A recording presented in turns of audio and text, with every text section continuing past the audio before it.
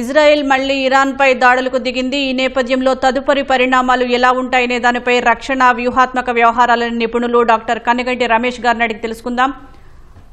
రమేష్ గారు నమస్తే అండి. ఇజ్రాయెల్ మళ్లీ ఇరాన్పై భీకర దాడులకు దిగింది కదా, మరి పరిస్థితులు ఎలా మారే అవకాశం ఉందంటారు? ఇజ్రాయెల్ ఫస్ట్ రౌండ్ లో ఎలిమినేషన్ అంటే అయతుల్లా ఖొమైనీని, ఇరాన్ కి సంబంధించిన సుప్రీం లీడర్ ని చంపటంలో విజయం సాధించింది. రెండవ దశగా మరి లాజిస్టిక్స్, ట్రావెల్ అంటే అక్కడ సరఫరా వ్యవస్థని లేదా మాస్ పబ్లిక్ ట్రాన్స్పోర్టేషన్ అంటే జనం తిరిగే buses, trains, airports, rocket launching centres, ports వీటన్నిటిని ఒక జాతికి సంబంధించిన కీలక ఇన్స్టలేషన్స్ ఇవన్నీ. అంటే మనిషి శరీరంలో ఎట్లయితే అతి ముఖ్యమైన అవయవాలు ఉంటాయో, ఆర్గాన్స్ ఉంటాయో, అలానే ఒక జాతిని నాశనం చేయడానికి ఆ జాతికి సంబంధించిన విద్యుత్ శక్తి కేంద్రాలు, మరి dams, water dams, roads, buildings, nuclear, thermal as well as ఈ ఎలక్ట్రిసిటీకి సంబంధించి సోలారు కానీ లేకపోతే మల్టీపర్పస్ డ్యామ్ కానీ, వాళ్ళ యొక్క బ్యాంకింగ్ వ్యవస్థ, రవాణా వ్యవస్థ, ఇలా 1 by 1 ఇజ్రాయెల్ చివరి వరకు ఈసారి ఆగదు అనేదానికి ఎటువంటి సందేహం లేదు. అమెరికా యొక్క ఫుల్ సపోర్ట్ ఇజ్రాయెల్ కొంటాము. Israel visual intelligence, imagery intelligence, human intelligence, ఈ అన్ని ఇంటెలిజెన్స్ ని క్రోడీకరించుకొని ఇరాన్ లో ఇజ్రాయలీ స్పై మొసాద్ ఏజెంట్లు ఆల్రెడీ ఇరాన్ లోకి చాలా ముందుగానే, అంటే ఒక గత 1 year నుంచే చాలా క్రెడిబుల్ ఇన్ఫర్మేషన్ ని సేకరించి ఇజ్రాయలీ డిఫెన్స్ ఫోర్సెస్ కి ఇచ్చారని ఈ యొక్క స్ట్రైక్స్ ద్వారా అర్థమవుతుంది. అంటే ఇజ్రాయెల్ వల్ల ఈ ఆటోక్రాటిక్ అండ్ వెరీ వెరీ చాలా అంటే క్లిష్టమైన శిక్షలు వేసే, మరి ముఖ్యంగా కొంత ఎక్కువగా ఫండమెంటల్ గా ఆలోచించే అలీ ఖొమైనీ చనిపోవటం అనేది మంచిదని ఒక వర్గం, యువకుల వర్గం ఇరాన్ లో సెలబ్రేట్ చేసుకుంటున్న దృశ్యాలు ఉన్నాయి.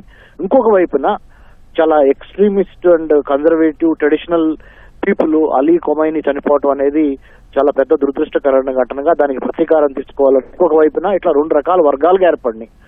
దాన్ని మనం గమనిస్తానే ఇంకోటి గమనించాల్సింది ఏంటంటే, ఇక్కడ ఇరాన్ కి మద్దతుగా రష్యా గాని, చైనా గాని, నార్త్ కొరియా గాని, టర్కీ గాని ఏమన్నా జాయిన్ అవుతాయా ఇరాన్ కి మద్దతుగా అనేది ఇంకొక అంశం, వేచి చూడాల్సిన అంశం. అందుట్లో కూడా చైనా డైరెక్ట్ గా జాయిన్ అవ్వకపోయినా ఇరాన్ కి మద్దతుగా రష్యా ద్వారా ఏమన్నా సపోర్ట్ చేసే అవకాశం ఉందా అనేది ఇంకొక ఆస్పెక్ట్. ఇవన్నీ మనం గమనిస్తా అన్నిటికన్నా ముఖ్యంగా మనం చూడాల్సింది ఈ గల్ఫ్ కోఆపరేషన్ కౌన్సిల్ కంట్రీస్ అయిన Qatar, Bahrain, UAE, Kuwait, Saudi Arabia, Oman, ఈ 6 దేశాలు అక్కడి నుంచి మనకి ఆయిల్, న్యాచురల్ గ్యాస్, చమురు ప్రపంచం మొత్తం సరఫరా అవుతుంటది. ఆ గల్ఫ్ నుంచి, గల్ఫ్ ఆఫ్ ఒమన్ నుంచి స్ట్రైట్ ఆఫ్ హర్మూజ్ అని ఉంటుంది, హర్మూజ్ జలసంధి అంటారు తెలుగులో. అది గనక క్లోజ్ అయిపోతే, ఇరాన్ గనక దాన్ని క్లోజ్ చేస్తే, లేదా అమెరికానే ఆ స్ట్రైట్ ఆఫ్ హర్మూజ్ జలసంధి దగ్గర ఎక్కువ బాంబింగ్స్ చేస్తే, అది కనుక మూతపడిపోతే ఈ 6 దేశాల నుంచి, ఈ గల్ఫ్ కోఆపరేషన్ కౌన్సిల్ కంట్రీస్ 6 దేశాల నుంచి చమురు నిల్వలు షిప్పుల ద్వారా అరేబియా సముద్రంలోకి, అరేబియా నుంచి హిందూ మహాసముద్రంలోకి అట్లా వచ్చి అక్కడి నుంచి ఇండోనేషియా, మలేషియా మధ్య మలక్కా స్ట్రైట్ నుంచి అటు చైనా గాని, జపాన్ గాని, సౌత్ కొరియా గాని, అమెరికా యొక్క పశ్చిమ భాగానికి గాని ఏమన్నా మరి ఆగిపోతాయి ఆ నిల్వలు. ఈ యొక్క షిప్ యొక్క 6 కంట్రీస్ నుంచి కానీ ఆయిల్ కనుక ఆగిపోతే మనకు కూడా చాలా ప్రాబ్లం అవుద్ది. సో ఈ పరిణామాలకన్నీ మనం సిద్ధంగా ఉండాలి.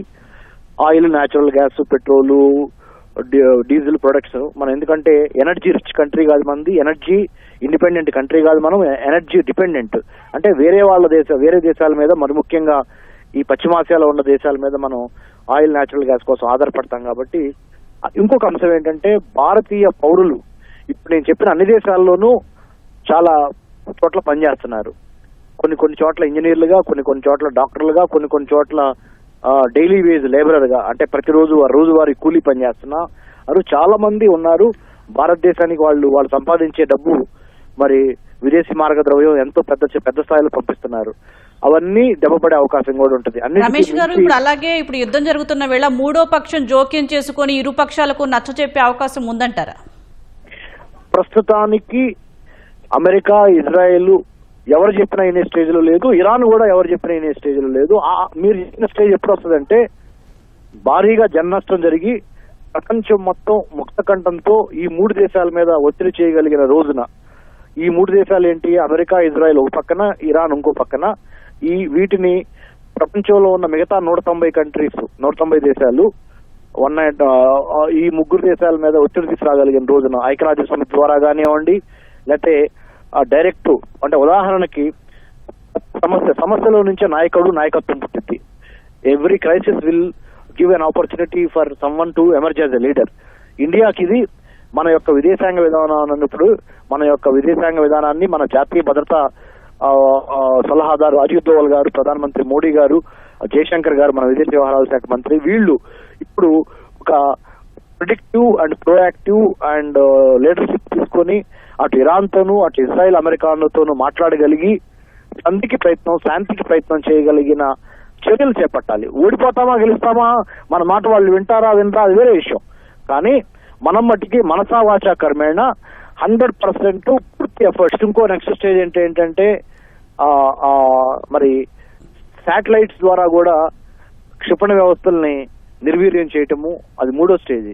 నాలుగో స్టేజ్ ఏంటంటే artificial intelligence, robotics, robo army లాంటి వాటిని వాడతాము. తద్వారా జన నష్టాన్ని తగ్గించి, సైనికులు నష్టాన్ని తగ్గించి ఈ మిషన్స్ విల్ ఫైట్ ఈ ఆధునిక ప్రపంచంలో. దానికి కూడా అవకాశం ఉంది. ఇంకా అతి క్లిష్టమైంది 5వ దశ, అది రాకూడని దశ, మనందరం మనందరం దానికోసం ప్రయత్నించాల్సిన దశ.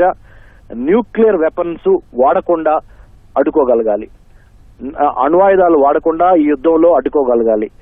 అణ్వాయుధాలు కనుక వాడితే 1940వ దశాబ్దకంలో, అంటే 44-45 మధ్య ఆ హిరోషిమా, నాగసాకి అమెరికా వేసిన బాంబులతో జపాన్ ఏ విధంగా ధ్వంసమై లక్షల మంది ప్రాణాలు కోల్పోయారో, న్యూక్లియర్ ఆర్మగడన్ అంటే ఈ అణ్వాయుధాలతో జపాన్ లో ఆ రోజున చాలా మంది ప్రాణాలు కోల్పోయారు, లక్షల మంది, హిరోషిమా, నాగసాకి. అలాంటి జరగకుండా ఈ అమెరికా, ఇజ్రాయెల్, ఇరాన్ ఈ యుద్ధాన్ని, ఈ మూడు దేశాలు దీన్ని మనం ఆపాల్సిన అవసరం ఎంతైనా ఉంది. అది 5వ స్టేజ్, ఇక ఫైనల్ స్టేజ్ అది. మీ స్పందన తెలియజేసినందుకు ధన్యవాదాలు రమేష్ గారు.